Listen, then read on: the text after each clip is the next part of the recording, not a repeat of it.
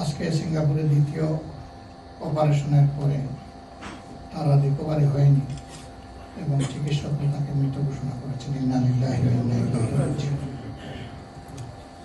আমাদের জানা মতো একটা নির্মল স্বচ্ছ চরিত্রের সাহসী বুদ্ধিমান ছেলে ছিল। যেমন দেশের স্বার্থে সে কখনো কারোর সাথে আপোষ করে না। তার এই মৃত্যুতে সারা জাতির মতো আমরাও গভীরভাবে শোকাহত। আমরা দোয়া করি আল্লাহ তাআলা তাকে সেই দিশায় কবুল করুন। ভারতের উচিত হবে বাংলাদেশের চিহ্নিত পলাতক সাজাপ্রাপ্ত যতগুলা মানুষ আছে সবগুলাকে সসম্মানে বাংলাদেশের হাতে তুলে দেওয়া, এটাই হবে বন্ধুত্বের কাজ। আর ওই সমস্ত রিয়াকশন, পাল্টা রিয়াকশন ইতিহাসে বহু হয়েছে, এগুলো হয়তো চলতে থাকবে, কিন্তু আমরা আমাদের প্রতিবেশীর কাছ থেকে বেশি সুলভ আচরণটাই দেখার অপেক্ষায় আছি। আমরা পাশ করলে আশা করি বিএনপি মেনে নিবে। বিএনপি পাশ করলে আমরা মেনে নিব কি না, আমরা বলেছি শুধু মেনে নিব না, আমরা তাদেরকে সহযোগিতাও করবো ইনশাআল্লাহ।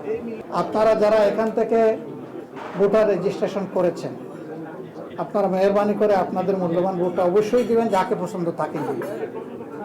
2 নম্বর হচ্ছে, যাদের পক্ষে সম্ভব নির্বাচনের সময়টা আপনারা দেশে গেলে আমরা বেশি খুশি হব।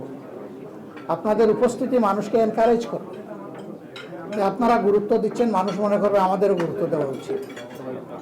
আপনাদের প্রিয় দেশকে, নির্বাচনটাকে স্বচক্ষে দেখে আসলে আপনাদের মনেও স্বাভাবিকভাবে একটা প্রশান্তি আপনারা পাবেন। আমার বিশেষ অনুরোধ, এই নির্বাচন জাতির জন্য আমরা একটা টার্নিং পয়েন্ট হিসাবে দেখছি। ইন্টারন্যাশনাল কমিউনিটি একই কথা বলে, দেশে বাইরে সকলের যখন একই প্রত্যাশা যে একটা ফ্রুটফুল নির্বাচন হোক, আপনাদের উপস্থিতিও কিন্তু এটাকে ফ্রুটফুল করার জন্য কাজে লাগবে। তো সব দিক থেকে আমরা আপনাদেরকে আহ্বান জানাবো, প্রিয় দেশকে আমরা সবাই মিলে গড়বো, ভালোবাসবো এবং সামনের দিকে নিয়ে যাব।